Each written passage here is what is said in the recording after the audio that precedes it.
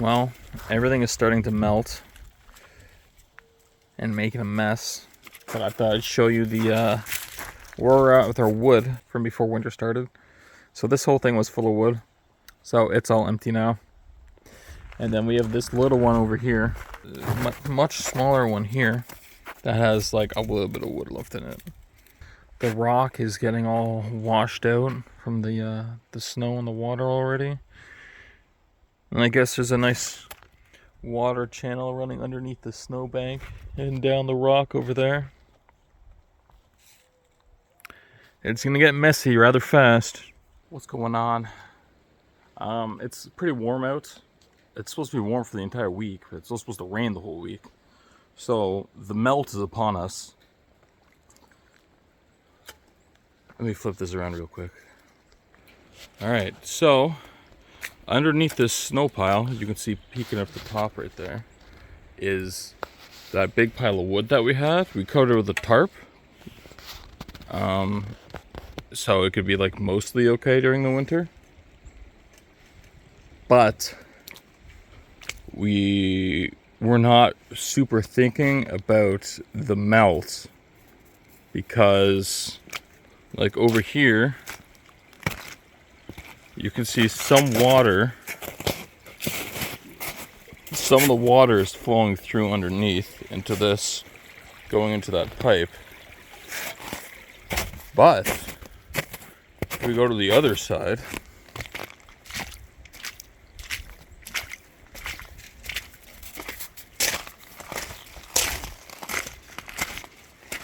so lots of runoff coming from top of the rock is flowing down, and it's pooling right here because the tarp is like acting as a giant sandbag or something with all the snow on it, like pushing it down. Like this is getting pretty deep.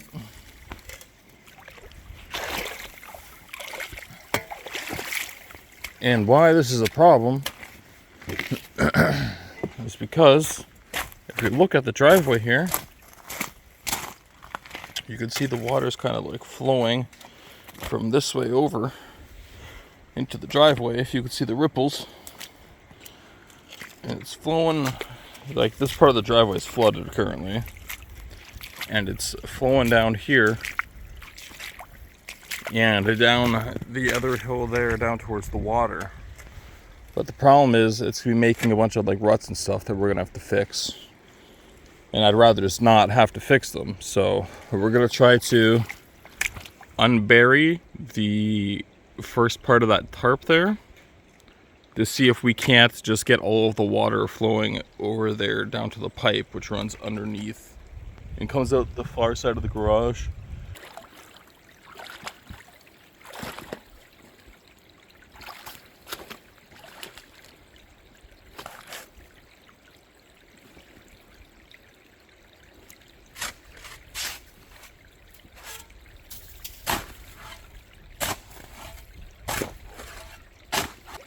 Like all of this is clear right here.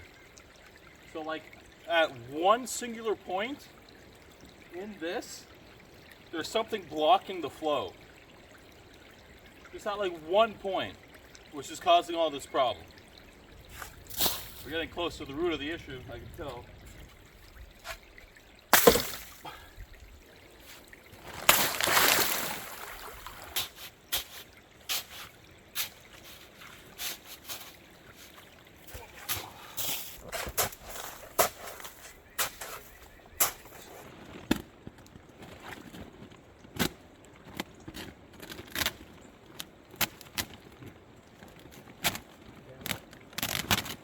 So the water's flowing all under here now to where it's supposed to be going. The only problem I foresee is this flooding over, which it's currently doing, because the leaves get backed up on this grate. Oh yeah, listen to that. So now what's stopping it is this big pool of water here where this grate is.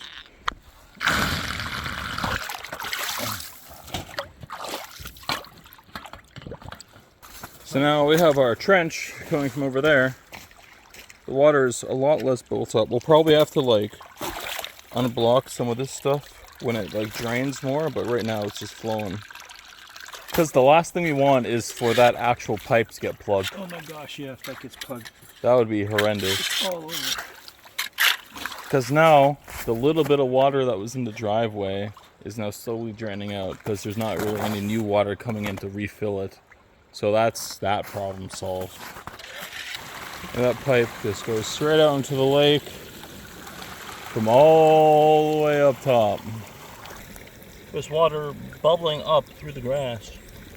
I would put the ATV down and check the bridge over to make sure it's clear. Maybe we should both go down there. All right. That's it for our driveway saving project. For now. For the moment. We're just gonna have to come out here every once in a while and make sure this is clear of leaves. Well, look at this. What do you mean? Look at the giant pile of leaves. Yeah, I should pull that back.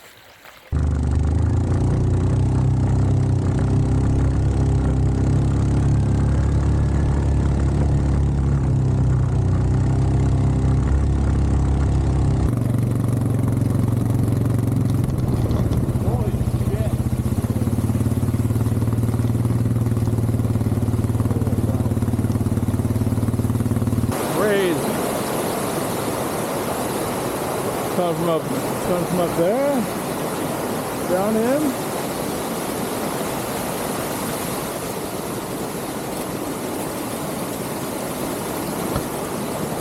It's coming from up there and down in. Wow.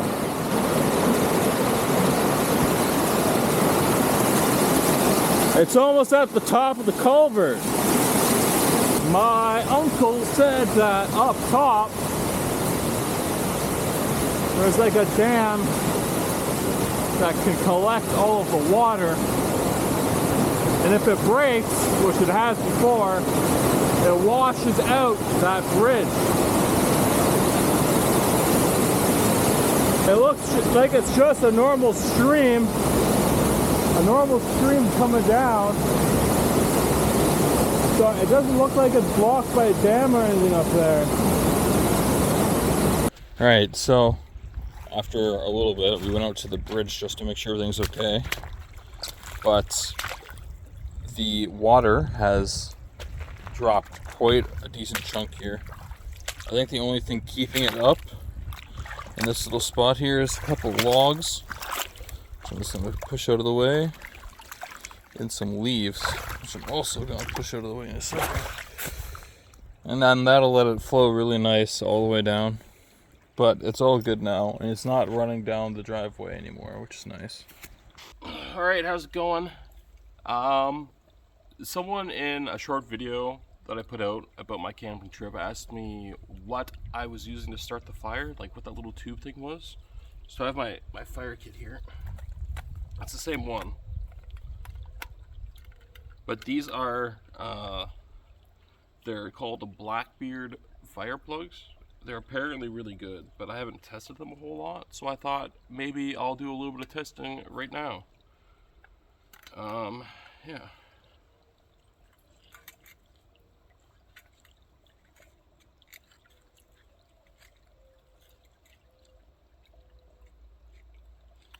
So the outside of these is like a little waxy material, but I don't think it's, the outside's flammable.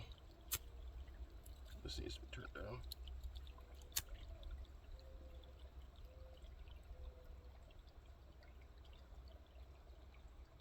Yeah, the outside doesn't really catch on fire, but I believe that's to make it waterproof. Cause if I drop this in this puddle here, right, and get it soaked, and I crack it open, like the fibers inside are still good.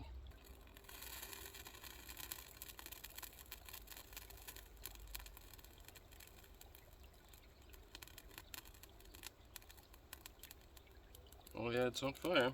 It was just soaking wet. Yeah, so they still work. So this will work even if it's raining. it will work even if it's raining. And then the other thing is this stuff, this birch bark that is pulled off the tree, is probably the best natural fire starter that you can find. Other than like cutting into a tree and putting some like a little bit of like stick in there and getting the sap to run onto it, like pine trees and stuff like that.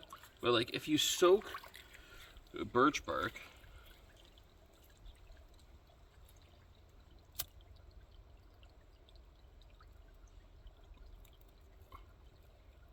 it still catches on fire instantly when that first little bit of like water goes away. Like this stuff goes up instantly, even after it's being soaked in water. Like, so if you have to make a fire in the rain, I would look for birch bark if you didn't bring anything with you, because like this stuff is just fantastic, and you can find it in nature. And you can find it from a while away if you have birch trees in your area, but you just don't know where one is. Like, for example, let me come over to my camera. So, for example, I came out here today to do this little experiment, and I was like, I don't know where a birch tree is around here.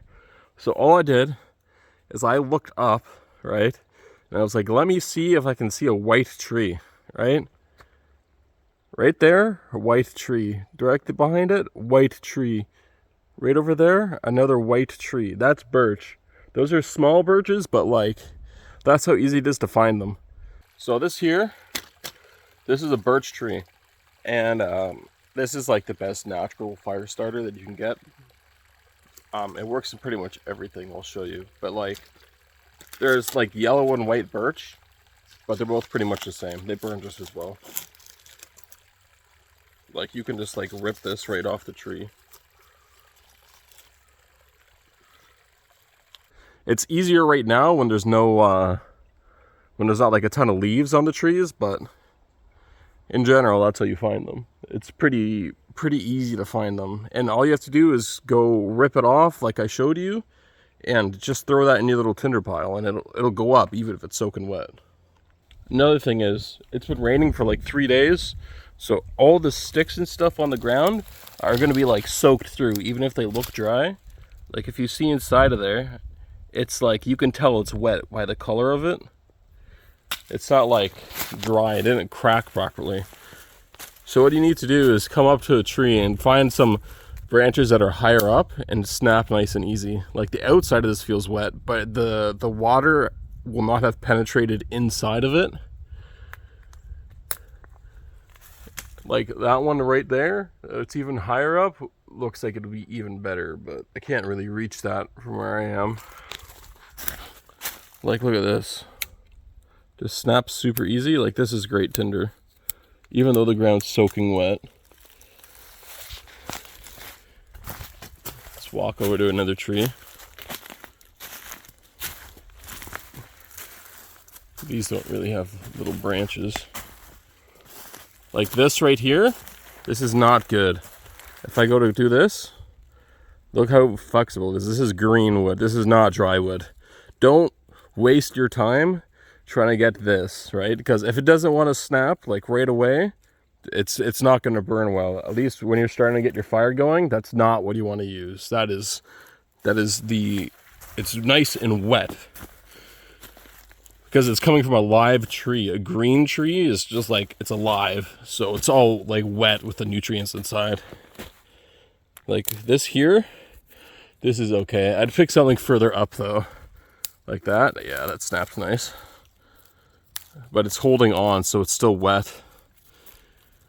Like, so if you snap this and it snaps easy, it's good. But if the bark holds on, that means it's still not like fully dead yet.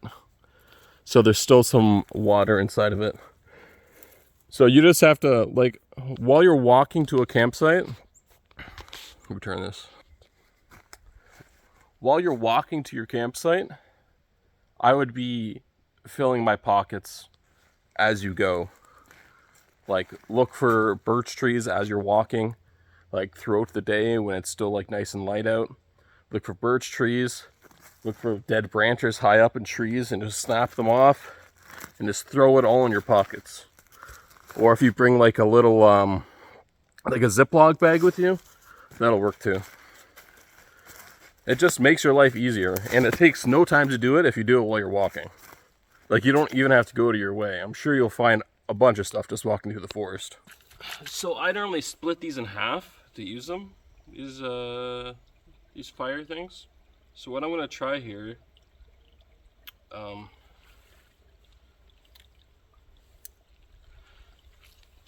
I want to see if these get wet.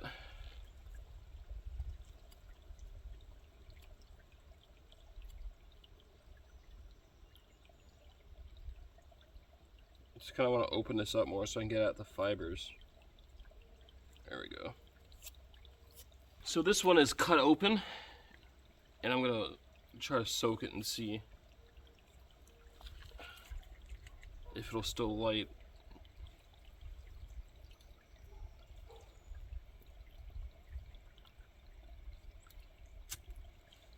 Ow.